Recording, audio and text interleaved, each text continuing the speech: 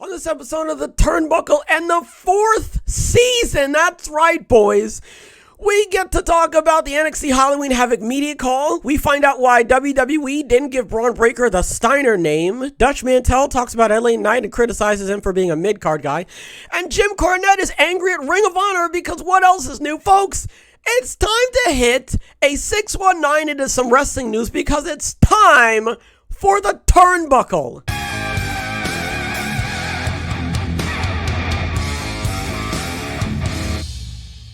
Following Saturday's NXT, I gotta calm down, alright? I'm excited, okay? Hello, welcome. It is the fourth season. Do you like the backdrop? I hope you like it. If you don't like it, whatever, okay? I like it. I think it looks good. I like the purple. Very calming, you know? Anyway, following Saturday's NXT Halloween Havoc, Shawn Michaels took part in a media call lasting around 30 minutes. He talked a variety of subjects, including tonight's show, hoping to run events outside of the Performance Center in 2023, the possibility of NXT Japan and Mexico, T-Bar, and more. So, on the topic of getting out of the WWE Performance Center, Michaels on the media call said he hoped that they start running premium live events outside of Orlando starting in 2023. He said he hopes to start with big shows, then later with other touring shows. Additionally, Michaels brought up that there have been talks of NXT Japan and NXT Mexico. Announcements regarding them may be coming in 2023. Okay, hold on a second. Michaels on the media call, start running premium live events outside of Orlando starting 2023. I thought he said, I swear that he was like, we're not going to do any big stadium pay-per-view events. Now, okay, see, but running premium live outside of Orlando, okay, outside of Orlando, which implies that he's talking about NXT, right? Because there's a bunch of premium live events that are happening outside of Orlando in terms of WWE. So he's got to be talking about NXT. But I swear, am I crazy? I swear he was like, yeah, we're not going to move out of the Performance Center. We're going to stay where we are. And I was like, all right, that's fine. Because I was talking about that. I was like, yeah, he's going with the old NXT when they were in the Full Sail Arena. And now he's staying in the Performance Center. But now I guess he wants to move out of that, I guess. Listen, all right, I don't know. He's allowed to change his mind. I'm just saying. I assumed we were going off of the first thing he said. I don't know. But next, on the topic of Halloween Havoc, Michaels praised the main event, saying that he was a big fan of both JD McDonough and Ilya Dragunov since they were in NXT UK, saying they could go. Regarding the cinematic portion of the show between Toxic Attraction and Alba Fire, Michaels indicated they wouldn't do those type of segments. Yeah, they wouldn't do those type of segments too much. But tonight's cinematic match fit in with the Halloween Havoc theme. Michaels also praised Wes Lee, who won the NXT North American Championship on Saturday's show. Michaels said that Lee, quote, had to deal with some tough stuff, and that they get along well because they are so emotional, Sorry. Okay, so you probably saw the video. Michaels is a very, what's the word? He's a very, gentle man. You know, have you ever seen him hug someone? He really gets up in there. He really makes you feel like you're loved, like you're cared for. I'd love to get a hug from Shawn Michaels, all right? He does that thing where he's got the back of your head like, bro, he loves you so much. I would love to get a hug from him. Okay. And look, so emotional. He said that, quote, losing his friend hurt a great deal. Okay, but, no. Hold on, wait a second. Pause, come back. I thought the whole thing with, who the fuck? Wesley and something? Oh, I forgot his name. And Nash Carter. See, I know wrestling. Nash Carter. But didn't it come out that he was, first of all, didn't it come out that he was an abuser, first of all? Second of all, didn't it come out that he dressed up as like Hitler and all that sort of stuff recently? Like, wait a minute. Like, listen, all right, I get that you guys have a history together, but when you do stuff like that, doesn't it taint it a little bit? Like, aren't you looking over it and like, ooh, you know? I swear, I don't even want to say allegedly, because I swear that happened. I swear. Somebody came out on Twitter and was like, hey, you punched me in the face a couple times when we were together, you know, and that's not cool. And then a picture came out and like, hey, this is Nash Carter dressing up as Hitler or whatever, you know, so listen, okay. All I'm saying is I don't think we should forget about that. That's all I'm saying.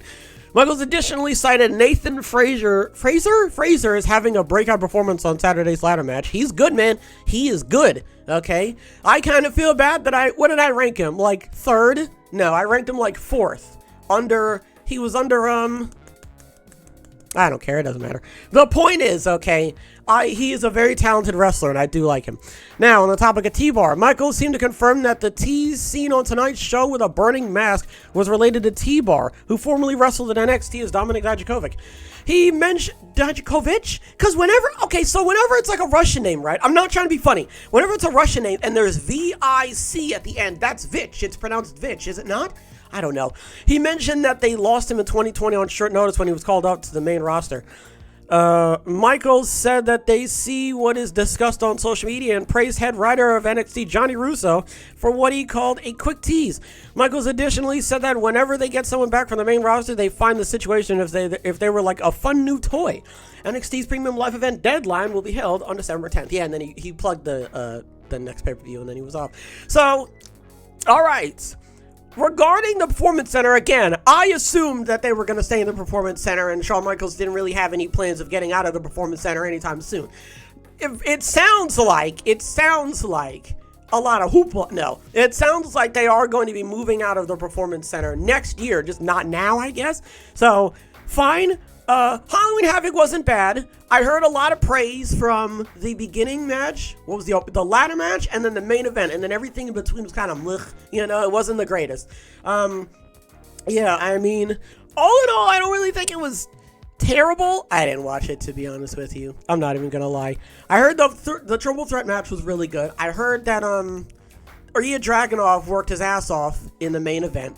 I heard that I saw a couple things from the ladder match. I heard that Von Wagner almost took somebody's head off when he was trying to get the ladder out from under the ring.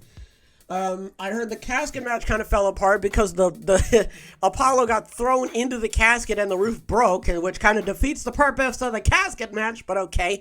Yeah, and then, the Witcher Who's it's so Mandy won anyway, right? Which I assumed, right? Because that's what I said. I was like, oh, heel shenanigans and all, right? And she won because the Toxic Attraction made their way back into the ring, which kind of like defeated the entire purpose of the it did the entire purpose of the cinematic match, because what the whole point was that Toxic Attraction was gonna like be back, pow, and then they were gonna be done, and then she like carried her like off into that I found really weird, because it's like she like carried her and then put her in the car and then drove to the Performance Center and then took her out of the car and then like sat her down, and then she like came to and then was like, oh, I guess I'm at the Performance Center now, I guess I'm gonna go in the match. Like I don't know, it kind of like low-key it broke the immersion for me just a little bit. I was like, that's weird, you know, like you kind of have to, like, imagine you wake up halfway to the Performance Center and you're like, oh, where am I? Wait, I'm in a car. And it's like, yeah, you're not, like, nothing's wrong, I'm just taking you there so that we can have the match. It's like, oh, okay. And then you just awkwardly sitting in the back of the car, or you're in the passenger seat, you know, like, yeah. And then T-Bar, so it sounds like Dominik Dijakovic is coming back. I'm excited because he is probably one of the most talented wrestlers this side of the Mississippi, okay? And, I mean, there's not really much else you can say about him. He's an absolutely fantastic wrestler, and I love him dearly, and I can't wait to see what he's gonna do, okay? So, that's it for the media call. Next, we're gonna talk about why Braun Breaker doesn't have, what was it, Rex Steiner? That was what his name was gonna be, Rex Steiner, I think.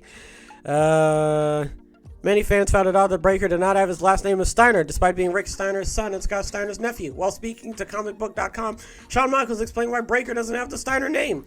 I think Braun is going to be incredibly successful no matter what you want to call him. He's a very bright, talented, unbelievably wonderful young man. I'll say this. I think now he's established Braun Breaker pretty darn well. Let's put it this way. What we wanted to make sure that we did in NXT is not run from it or pretend like it wasn't there. And I think that's what has helped him. I think made that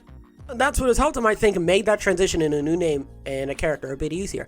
We didn't pretend like it wasn't there and he wasn't a Steiner by bringing his father out and making reference to who he was and where he came from. I think that's made it a little bit easier.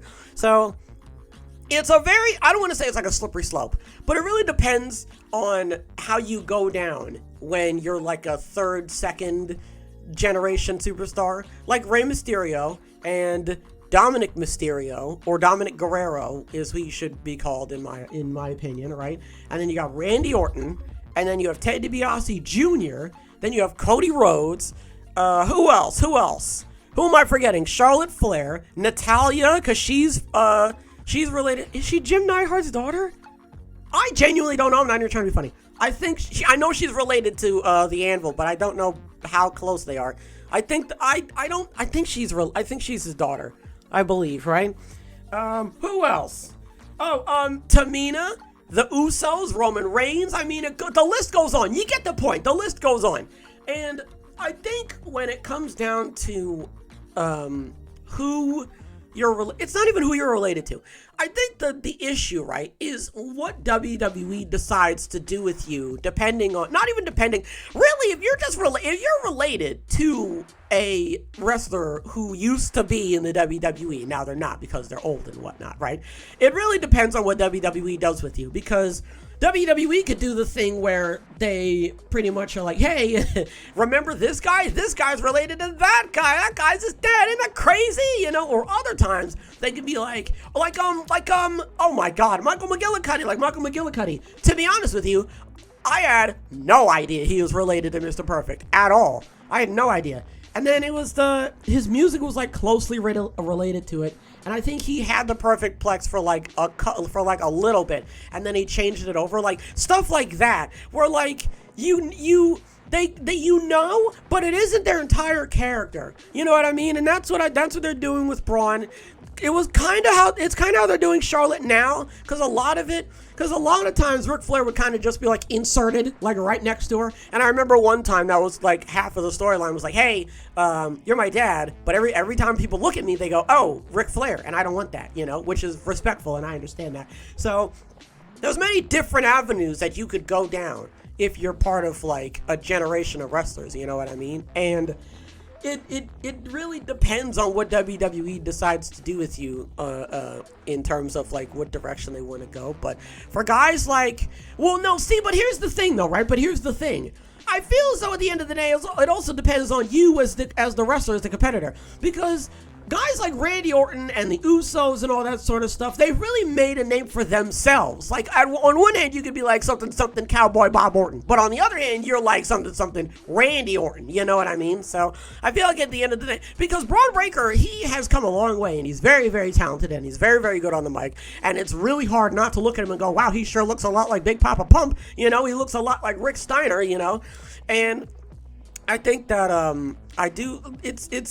Shawn Michaels did make a point of like, hey, we're not making it seem like it isn't there, because they bark when he comes out. They bark when he comes out, and some of the attire that he wears is Rick Steiner's old gear. So like they know about it, you know what I mean? So I think at the end of the day, right, it really depends on what WWE wants to do with you and the direction that they want to take you in, and really how you as a competitor and you as a wrestler really take your character itself and turn it into something different, so that people don't look at you and go, hey, you're dead. You know what I mean? Like, unless you're like me, not to like okay, I don't want to make it seem like I'm a wrestler, but unless you're like me, right, where you really closely resemble your dad and you're also named after him, so it's very difficult for people to like sort of break away, you know. But at the end of the day, it does matter on your actions and how you carry yourself, you know, that really determine how people in the wrestling scene look at you, you know. Next, we're going to talk about LA Knight, and how he's criticized for being a mid-card guy in WWE. Well, speaking on Smack Talk, former WWE manager Dutch Mantel, Zeb Coulter, the guy on the scooter with the We the People, you know, anyway, talked about LA Knight branching away from the maximum male models. He criticized Knight for being a mid-card guy in the company. I think he's like a mid-card guy. I don't see him going up into the main event, not that big, but he's a hell of a talker, and he would be a hell of a manager. But they don't want him. I think he wants to actually work and wrestle, so let him do that. But he's much better in that LA Knight gimmick than he was in Max Dupree. Now listen, I'm going to say this right now. Let me talk to you, all right? That was really dumb. I'm going to say this right now. I really think LA Knight has just everything in his pocket to be a main eventer. Now, you could argue that right now he probably shouldn't be put in the main event just because there's so many other things going on. There's so many moving parts. You could argue that, and I would agree with you. But to say that he's not a main eventer is very naive of his hard work and his character. You could probably be like, oh, his in-ring work could be better. It's like, yeah, well, I mean, that could be said about a lot of people, you know. You just throw them back in the... How are they going to learn? Throw them back in the ring, you know. I think LA Knight is a bona fide main eventer. Like, he has all of the ingredients, there we go, to be a main eventer. I mean, really, his mic skills alone are enough to carry him to the main event scene, and he doesn't even have to step in the ring, you know? But he's like Chris Jericho. Like, the fact that he has that much skill on the mic, and then he goes in the ring and can back it up, like, you know what I mean? Like, he's got the psychology and the showboating. Like, he knows what to do. It makes, like, a wonderful recipe for a very talented wrestler. And I feel as though that you can't sit here, especially right now, and be like, oh, he doesn't deserve to be in the main event scene. Like, that's not fair. That's not fair to LA Knight, because he literally just got his name back, and he's over like Rover, okay? And I think that right now, you should give him the work rate title first, and then give him the main event title, give him the world title. You know, I'm not saying put him in the main event scene literally right this second. He's got a point that right now stays a mid-card guy. I'm not saying you're destined to be a mid-card guy forever, because you're absolutely not, okay?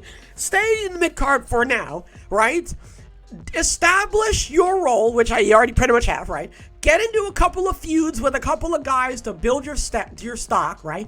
Then get into a feud with the champion. Win. Bob's your uncle. You're ready to go, right? It's that simple. All right. So I think that as long as they follow my advice, all right, because I'm one of the greatest wrestling bookers this side of the Mississippi. Anyway, but no, LA Knight is for sure a main event guy. There's no way he isn't, okay? And if anybody thinks that he's not a main event guy, you don't know anything. You know nothing, all right? You don't know who next to a paint can. I don't know what I was trying to say. Finally, Ring of Honor has been slammed. Ring of Honor roster, I should say, has been slammed for infesting AEW television. Let's see. While speaking on the Jim Cornette experience, Jim Cornette slammed Ring of Honor for infesting AEW. Infestation is appropriate, not because any of the Ring of Honor guys are cockroaches, but because by the time you see one or two, there's a bunch more lurking around the corner and belts everywhere. Listen, you've got the Ring of Honor division titles, right? You've got the AEW division titles. Then you've got all the guys on AEW. Not just AEW, you've got AEW, AEW Dark, AEW Rampage, AEW Elevation, right? Then you go over to Ring of Honor, and you got all the guys on Ring of Honor. And you got 3 new guys just got signed on the Ring of Honor deal, so you got all them. And then occasionally, they'll do that thing where they jump in the air at the same time, and they'll hit each other. And then they'll come down in the middle, and that's how a match happens. Though I know these things, I saw it with my own peepers. So, he's got to, okay. You can't say that they're infestating. Yeah, you can't say they're infesting. Where else are they gonna go? Which then leads into the thing of, oh, Tony Khan is he's making a weekly show.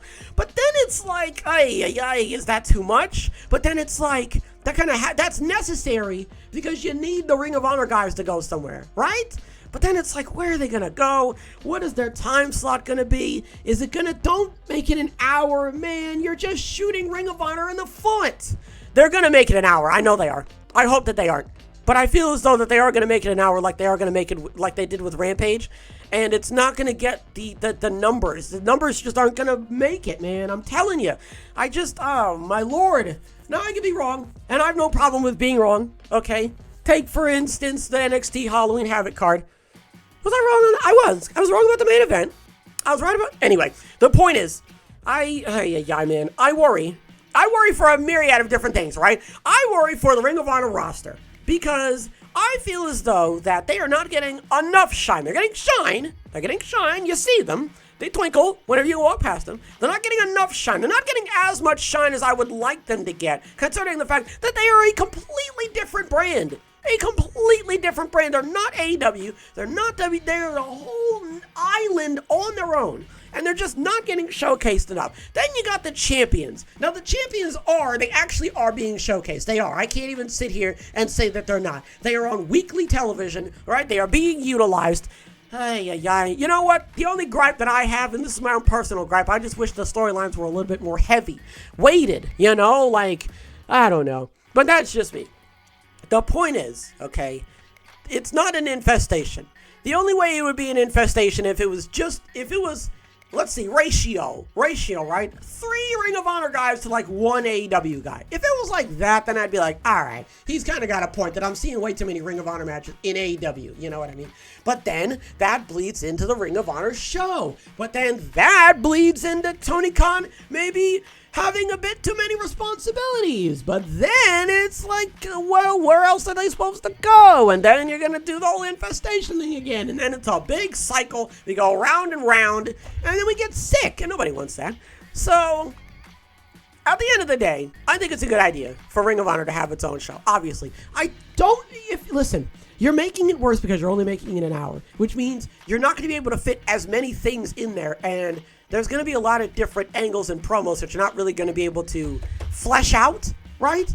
Because the show's going to be so short. So you're either going to have small segments, right, that only last about like 2 minutes, right, at the most, right?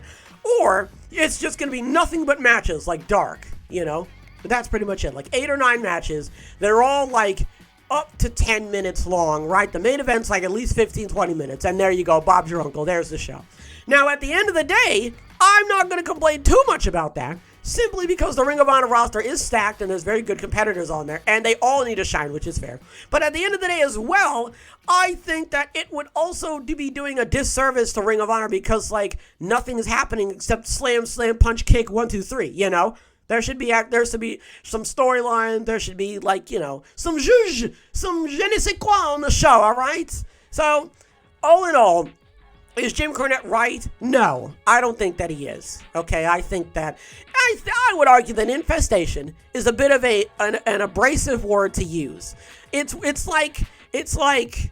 It's a hurricane outside, and everyone's sort of like filed into this one area. Like, we know that this is obviously not the way that we would like this to be, but this is how it is for now. And once everything gets sorted out, right, and regulated, we'll get out of your hair. All right? I've got my stuff packed. I'm over here. You know what I'm saying? I got my own corner. You got your corner. Right. Occasionally, I'll step over to your side to, like, get a snack. Shoot me. Don't shoot me. So it's really not that big of a deal, folks. You have nothing to worry about, all right? Ring of Honor's fine. What do we talk about? We talked about the NXT media call. So, I guess they're getting out of the Performance Center. We'll have to wait and see what they're doing about that. They're talking about NXT Japan and NXT Mexico. But again, like I was talking about a couple days ago, right? That's not happening anytime soon. It's not happening. Maybe like the mid part of next year, right? Halloween Havoc was good. Shouts out to Wesley, right? Shouts out to Braun Breaker. I thought the show could have been better, right? I thought the show could have been better, in my honest opinion, even though I didn't see it, so there's not really much I can say about it. And T-Bar is coming back. I'm excited, all right? I hope you are. They didn't want to give him the name because they didn't want to give Braun Breaker the Steiner name because they didn't want to lean too much into it, which I respect, okay? And I feel as though that Braun Breaker is doing an absolute wonderful job, right, of basically being like, I am a Steiner, yes, but I'm my own Steiner, huh? Okay, I don't gotta use the recliner. I can use my own moveset if I wanted to, which I like. LA Knight has been criticized for being a mid-card guy. He, for right now, can be in the mid-card. Leave him there, all right? Let him do his thing in the mid-card, because he has the ability to transition. That is how good of a competitor he is. He can be in the mid-card and make it work. And then he can also be in the main event scene and make it work. That's how versatile and handy he is as a competitor, okay, as a single star. Finally, Ring of Honor is being slammed for infesting AEW. Where else are they going to go? You know what I mean? In the wise words of Drake, what else are they going to play, Jim? James? Sheesh. Boys, that's going to do it for this episode. I want to give a shout out to everybody who stopped by. I hope you're enjoying the 4th season, okay? Even though it literally just started, all right? What do I say? Shouts out to everybody who stopped by. Hopefully everybody has a wonderful tonight. I gotta do the whole thing. Hopefully everybody has a wonderful tonight and a wonderful tomorrow. As always, big hugs. Big hugs all around.